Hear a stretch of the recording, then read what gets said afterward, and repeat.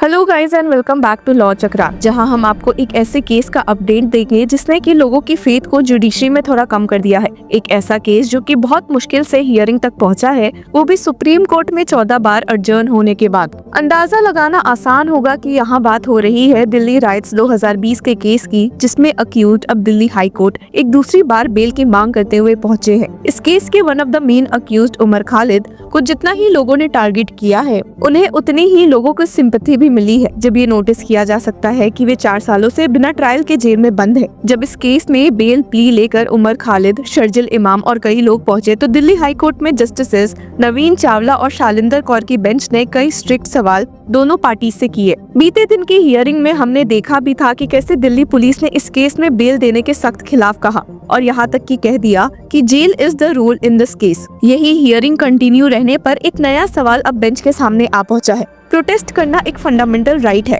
लेकिन अगर एक प्रोटेस्ट वायलेंट हो जाए तो क्या इसका मतलब है कि सभी प्रोटेस्टर्स टेरर एक्टिविटीज में शामिल हैं? इस सवाल को लेकर दिल्ली हाईकोर्ट ने दिल्ली पुलिस से यूएपीए लगाने के क्राइटेरिया पर टफ क्वेश्चंस पूछे हैं। उमर खालिद, शर्जिल इमाम और दूसरे अक्यूज्ड की बेल प्ली के केस में कोर्ट ने कहा, सिर्फ प्रोटेस्ट साइट ऑर्गेनाइज करना क्या यूएपीए लगाने के लिए काफी है? आइए समझते हैं इस केस की पूरी कहानी। वेडनेसडे को दिल्ली हाईकोर्ट ने जस्टिस नवीन चावला और जस्टिस शालिंदर कौर की बेंच ने स्पेशल पब्लिक प्रोसिक्यूटर अमित प्रसाद, जो कि दिल्ली पुलिस की ओर से मौजूद थे, से सीधा सवाल किया, क्या सिर्फ प्रोटेस्ट साइट ऑर्गेनाइज करने से यूएपीए लग जाता है या वायलेंस का होना जरूरी है? कोर्ट ने यूएपीए के अंदर इंटेंट एस्टैब्लिश करने की जरूरत को हाईलाइट किया और कहा, सबसे इम्पोर्टेंट चीज इंटेंट होती है, जो यूएपीए के अंदर एस्टैब्लिश करनी ही पड़ती है। एसपीपी प्रसाद ने अक्यूज्ड की प्लानिंग और अलेज्ड कॉन्स्पिरेसी एस्टैब्लिश करने के लिए व्हाट्सएप चैट्स पर रिलाई किया, लेकिन जब चैट्स उन लोगों की थी जो अक्यूज नहीं थे, तो बेंच शॉक हो गई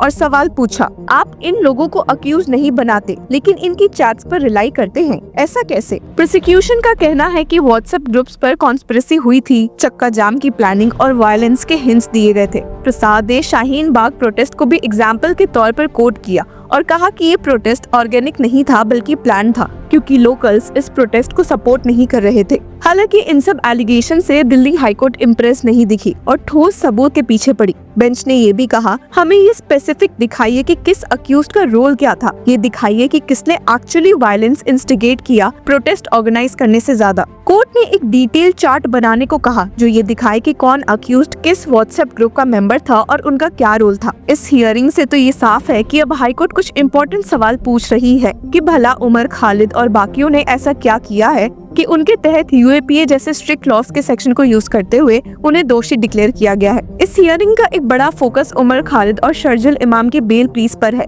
उमर खालिद को अक्टूबर 2022 में बेल डिनाई हुई थी और उन्होंने सुप्रीम कोर्ट तक अप्रोच किया था, लेकिन वहां से स्पेशल लीव पिटिशन विड्रॉ करनी पड़ी। अब उनकी second bell plea trial court ने रिजेक्ट कर दी है, जिसका अपील दिल्ली हाईकोर्ट के सामने पेंडिंग है। बाकी अक्यूज जैसे गुलफिशा फतेमा, शिफा और रहमान, खलिद सैफी और शदाब अहमद की बेल प्ली भी इस केस में शामिल है। साथ ही दिल्ली पुलिस का इशरत जहां को मिली बेल के अगेंस्ट अपील भी इस केस का हिस्सा है। दिल्ली हाईकोर्ट का ये सवाल कि क्या सिर्फ प्रोटेस्ट साइट ऑर्गेनाइज करना यूएपीए अट्रैक्ट करता है, एक बहुत ही सिग्निफिकेंट पॉइंट उठाता है। प्रोटेस्ट डेमोक्रेसी का एक इम्पोर्टेंट हिस्सा है, लेकिन अगर प्रोटेस्ट वायलेंट हो जाए तो जिम्मेदारी कैसे फिक्स की जाए? यूएपीए जैसे टफ लॉज का मिसयूज जुडिशियल स्क्रूटनी का एक की एस्पेक्ट बन जाता है। कोर्ट का ये कहना कि इंटेंट और स्पेसिफिक रोल एस्टैब्लिश करना जरूरी है, एक स्ट्रॉन्ग प्रेसिडेंट सेट कर सकता है। लास्ट हियरिंग में हमने देखा ही था कि कैसे दिल्ली पुलिस ने यूएपीए के स्ट्रिंगेंट प्रोविजंस का हवाला देकर अक्यूज्ड की बेल अपोज करने की कोशिश की थी।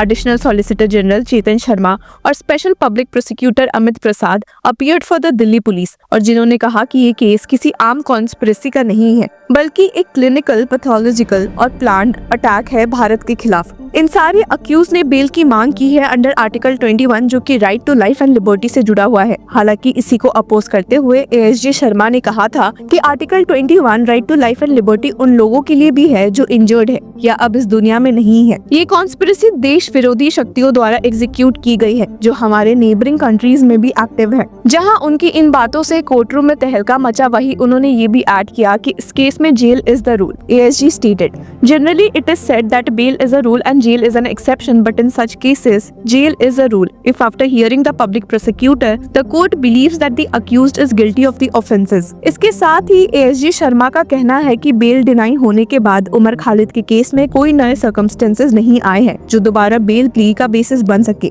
ASG ने स्टेट किया था कि सिर्फ ट्रायल डिले होना एक वैलिड ग्राउंड नहीं है बेल के लिए, क्योंकि कई बार अक्यूज्ड की वजह से भी ट्रायल डिले होता है। इंटरेस्टिंगली आपको ध्यान होगा कि अभी कुछ दिनों पहले उमर खालिद को इंटरिम बेल मिली थी। ये बेल उन्हें एक रिलेटिव की शादी की वजह से मिली थी और जिसके बाद उन्होंने वापस से 3 जनवरी को सरेंडर कर दिया था। उमर खालिद का इस राइट केस में जेल में रहना शुरू से ही काफी कंट्रोवर्शियल रहा है। जहां उनके परिवार और सपोर्टर्स ने चार्जेस को फेक बताया, वहीं प्रोसिक्यूशन ने अपनी चार्जशीट में खालिद को वेटरन ऑफ सेडिशन कहा है। ये टैग उनके एक्टिविस्ट के रूप में दिए गए एलिज्ड रिमार्क्स को लेकर दिया गया है, जो उनके ऊपर लगाए गए देशद्रोह के आरोप का बेस है। प्रोटेस्ट और वायलेंस के बीच की लकीर कितनी थिन है ये इस केस में क्लियर होगा। उमर खालिद और बाकी अक्यूज्ड की बेल पर कोर्ट का डिसीजन जुडिशरी के अकाउंटेबिलिटी और फेयरनेस के लिए एक बेंचमार्क बनेगा। आपको क्या लगता है, प्रोटेस्ट पर UAPA का मिसयूज हो रहा है या दिल्ली पुलिस का केस स्ट्रॉन्ग है? अपने थॉट्स कमेंट्स में जरूर शेयर करें और इसी तरह के इंटरेस्टिंग और थॉट प्रोवोकिंग स्टोरीज के लिए कीप फॉलोइंग लॉ चक्रा।